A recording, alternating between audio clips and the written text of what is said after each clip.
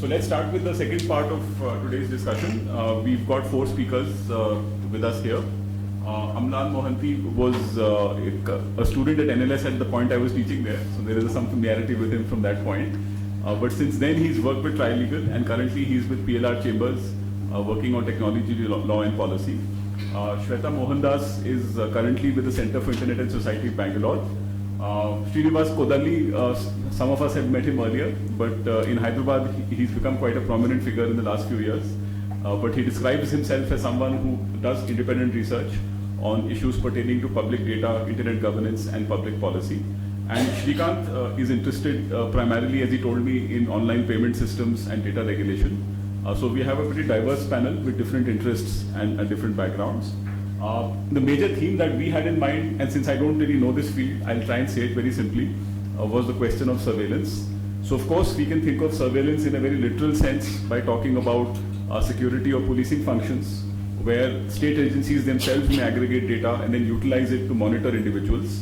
But given the flow of questions that we've had and given the previous discussion that we've had, you also think about surveillance in a very different sense when it comes to the aggregation of data in the hands of private actors. So whether it is large multinational corporations who are running internet businesses or social media platforms or online payments, or even let's say smaller entities who might be aggregating data in their capacity as contractors or other forms of intermediaries.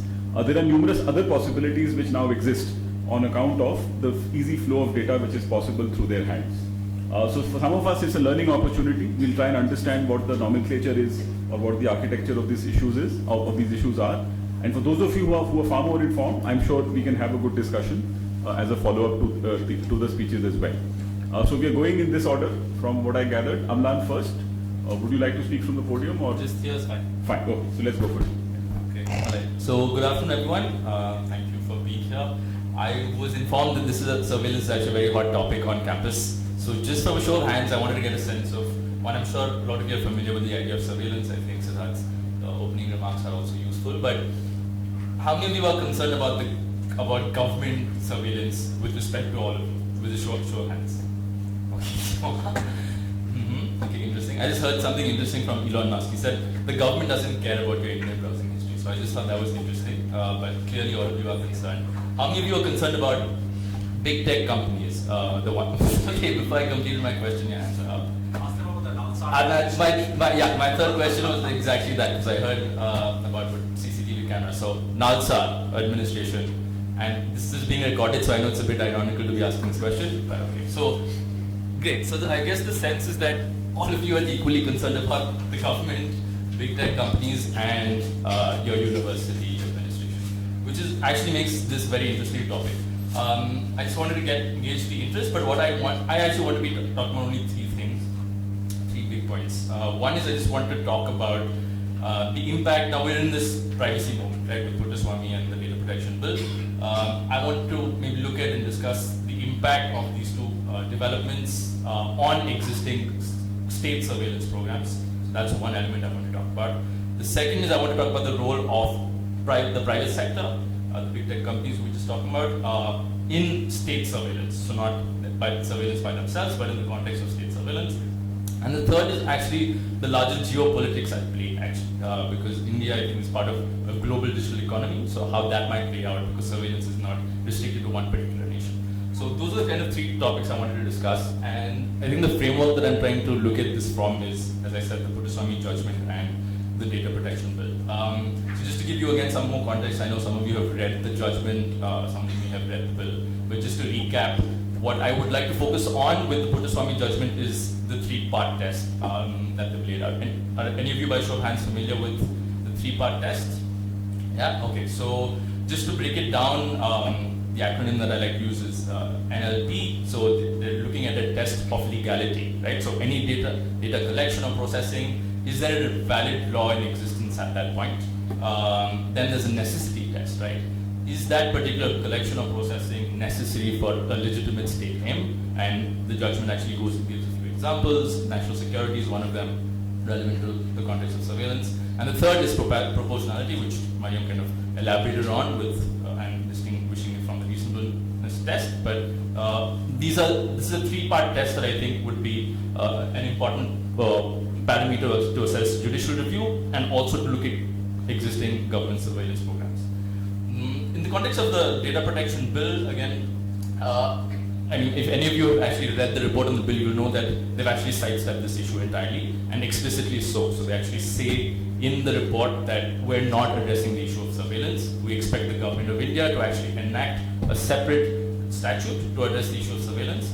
That said, I think it's important to look at what the data protection bill actually says about collection and processing, because we don't know when that new bill will come out, the surveillance law will come out. So as an interim measure, we have to look at how this might impact surveillance programs. So what I look at in the context of the bill is actually some of the principles that they've laid out and how that might apply to surveillance and specific provisions of the bill, as and when I think they're relevant. So let me just break down again what I mean when with this three-part test and how that relates to surveillance, right? We spoke a little about in the first session, Mr. Gandhi was talking about how the right of privacy has not been actually defined in the Puttaswamy judgment. I did disagree to some extent because at least there's one element, one of the judgment concurring opinions that actually I think very strongly endorses the idea of informational privacy, and it elaborates on this to some degree. So I think it's a good way for us to understand what the right to privacy entails. And I found that they have this one graph in the judgment which was very interesting. They look at what the freedoms it relates to and what different categories of privacy it entails. So I thought they identified two freedoms, the freedom to be left alone and the freedom for self-development. And I think both are actually very essential in the context of surveillance, right? I think someone earlier mentioned this notion of if you have nothing to hide, you have nothing to fear, right? So anybody who's not corrupt, who's just a common man, why do you care? Let the government collect all of your information, let them process it. But I think a lot of this narrative changed with Edward Snowden's revelations, the NSA contractor. But just again, show of hands, how many of you think that if you have nothing to hide, you have nothing to fear? Okay. Yes, I'm not surprised if a person who said the IT returns are part of the public record, but I think that's also a valid opinion to have. But I think it's very contextual is the idea here, right? So it's a very subjective idea of what you mean when you say I want to assert my right to privacy, right? It could be simply that you want to be left alone. It's not data that you think is necessarily sensitive, but it's not something I want to share, right? And I think the larger problem has been to conflate this idea of secrecy with privacy, right? Not everything that we want to be kept private is something that we want to hold secret. I think it's a false dichotomy. And I think that also identifies certain elements in the Puttaswamy judgment. They look at this idea of control, they look at this idea of anonymity, and I think all of these are also relevant to the discussion on surveillance. So I'll get into some of that when I'm looking at the specific programs. And from the data protection bill, I think there's a lot in there that is very relevant to surveillance. As I said, I think it's important if, for example, you want to assert a right to privacy, you're saying there's a harm that's been caused from particular government surveillance program. Your only remedy at this point in time, besides maybe jurisdiction under the bill, would be to point to a specific violation of your right under the data protection bill. So I think it'd be useful to go into that. And what I just wanted to do is maybe just give you a bit of my initial impressions of the bill and why I think. So basically, my opinion in a nutshell is I don't think it does enough to address issues of surveillance. The bill is what I'm talking about. And there are actually very high-level critiques of the bill on a principle basis. So I'm happy to hear your thoughts again when we have a discussion. So I'm going to discuss 4 or 5 high-level conceptual issues that I have with it. So one is purely on the basis of this is the idea of data classification. Right? We discussed this earlier, where they're looking at even in the RTI Act when you can reject a right to information is when it impeaches privacy on the basis of personal information. But I think we saw from some of the judgments, we don't know how personal information is defined. In some cases, it's the salary of government officials. In some cases, it's land records. But I think what the bill in this particular case tries to do is to create a classification based on various different parameters. It looks at personal data, it looks at sensitive personal data. It creates this new category of data called critical personal data. Then there's anonymized data sets. Then this idea of community data. There's this idea of non-personal data. But I think, unfortunately, in the context of surveillance, as we'll see, and I'm sure you're already aware, it's actually the aggregation aggregation of various types of data sets which actually creates potential for harm or risk. And therefore, I think these neat categories of data that the bill actually currently tries to encapsulate might not work in a surveillance context, right? At the same time, there are definitely some issues around a fluid conception of data classification, where you say all data could potentially be personal or sensitive or critical depending on the context. But I still think that's worth considering, especially in the context of surveillance, where various types of data sets are kind of aggregated together to create an insight or an impression about a particular person. There's also, I think, a fundamental issue in the framing of this entire bill, right? If you look at the report, it's titled Free and Fair Digital Economy. And I think it's very clear from that, just the title of that particular report, that they're not looking at surveillance issues, right? I think it's very clear that, and other people have written about this. I think Apar Gupta and Ujjwala have written a piece where they talked about how it's actually not placing the individual at the center of the bill.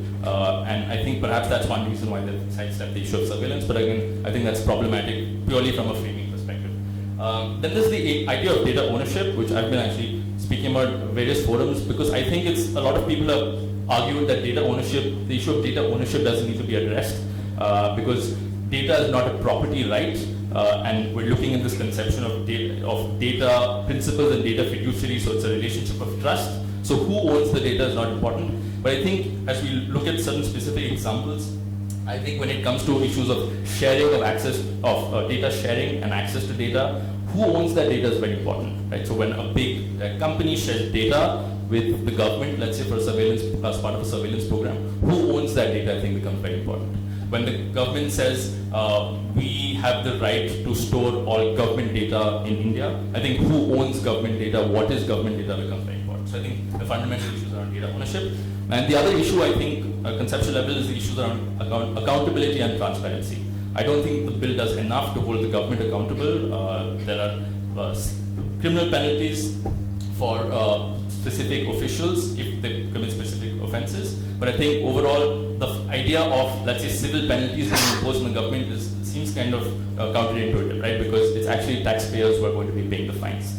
So we need to create some accountability mechanisms that will actually serve as disincentives for violation of privacy rights in the context of the data protection bill. And transparency, I think, if you just look at what we expect from the government in the context of surveillance architecture to be publishing reports, reporting to Parliament, I don't think any of that exists currently in the bill. So with that, I'll just very quickly get into the three issues that I wanted to discuss. The first is the impact on existing government programs, right? So I think you might be all familiar with a few of these programs. There's the central monitoring system, there's the NETRA, some of these are being practiced by intelligence agencies. So I think what would be useful to do would be look at the three-part test in Puttaswamy and see how they might impact this, right? So let's look at the issues of necessity, legality, and proportionality, right? So the first issue of legality, I think, is going to be the most contentious when it comes to government surveillance programs. Because what I think we haven't conducted is an initial assessment of how each of these intelligence agencies actually perform their functions and their legislative backing or authority. Right? We know, for example, that the Aadhaar was being implemented without an statutory enactment in place. And I think that's possibly true of some of the intelligence agencies that are currently functioning. There are 16 that have been identified, and some of them are through executive actions. So any of their subsequent actions and surveillance programs, whether it's CMS or NETRA, performed by NatGrid, I think should be tested against this idea of legality. From a necessity point of view, again, national security is a catch-all phrase that's being used. The bill uses the phrase security of state because it's one of the specific phrases used in 19.2. But I think there are separate provisions in various other laws, right? So if you look at the Telegraph Act, for example, which allows for wiretapping, if you look at the IT Act, which allows for collection of metadata and collection of online communications, it uses different justifications, not necessarily relating to national security of state. One, for example, Section 69B says, to enhance cybersecurity, we can collect all of your online communications and traffic data. So I think there's definitely going to be a potential legal challenge there to say, okay, is this something that's necessary to pursue a legitimate state aim? And then finally from a proportionality test, and I think this is going to be particularly important, especially perhaps from an Aadhaar perspective. The example that I like to give with Aadhaar is that Aadhaar is usually justified for KYC purposes. So let's say you want to do a KYC for a telecom company. They might ask you for your name and your date of birth and your address. But I would argue that a proportionality test would then prevent them from, let's say, collecting your biometric data for a telecom-related KYC, because I don't see why that would be particularly relevant or proportional to the objective that they're serving. So I think a lot of these surveillance programs right now will need to be tested against each of these pillars, and I think that challenge is going to come about soon. I think in the interim, we need to look at specific safeguards that we can include. One is, I think there needs to be an oversight mechanism in the bill, which currently does not exist. There's no scope for judicial review of any of these particular orders. I think some of my panelists might discuss again the need for a strong data protection authority, which is also independent. I think that currently does not exist. And I think that perhaps is one reason why the bill doesn't address surveillance issues, because the data protection authority would essentially, if it's in its current form, would just rubber stamp any surveillance request. So I think there needs to be a completely different institutional framework to deal with oversight around surveillance requests. And I think finally, also all of these issues around data ownership and classification need to be addressed. The second point, issue that I want to discuss briefly is the role of private parties in state surveillance, right? And I think this is important, again, in the context of specific provisions of the bill. The first one, I think, is the issue of data localization, right? So people talk about the problems with data localization from an economic perspective. It will raise the cost of compliance. Startups will have to basically migrate all of their data to India and store it only in India, and this could affect the Startup India program and other campaigns. But I think there's definitely something to consider from a surveillance perspective as well, right? We saw with Edward Snowden's revelations that the location of the data is actually crucial to being able to access insights on your citizens, right? So as you know, currently, majority of the technical infrastructure is actually based out of the United States of America. It's just the way that all of our cables and optic fibers have been laid out over years. And it's also the fact that a predominant number of services that we use are based out of the US, which is why I think there's a concern about why a data localization mandate could in some ways enhance the ability of a particular state to access data of its citizens. There's an interesting argument in the report in the context of surveillance and data localization, where they say that if we localize data, we store data in India, we can actually prevent foreign surveillance, right? Because that will prevent the ability for, let's say, the US government to access data about the Indians, because it will be stored within the territory of India. I think that's an issue worth exploring a little further. Then there's potentially some merit to it, given how important the location of technical architecture is. But at the same time, I think the argument is that there were some programs that were discovered by Snowden, which actually didn't depend on where the data was stored. You can still access that data irrespective of where it is. But I think the bigger concern is how and when will it actually facilitate domestic surveillance, right? The fact that data is stored in India. And I think the key, and I think the obvious point is that it could. There's definitely a higher risk if it's stored in India. But I think what we need to do is look at potential solutions. And there I think one particular issue we need to address is our criminal laws at the moment, right?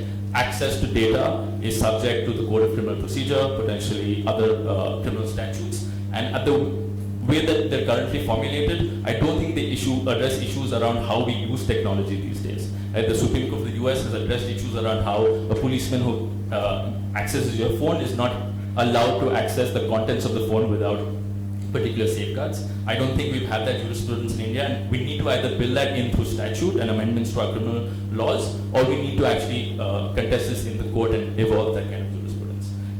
Secondly, I think this is also important from a data sharing perspective to understand how basically companies share data with the governments. We need to have very clear standard operating procedures. What is the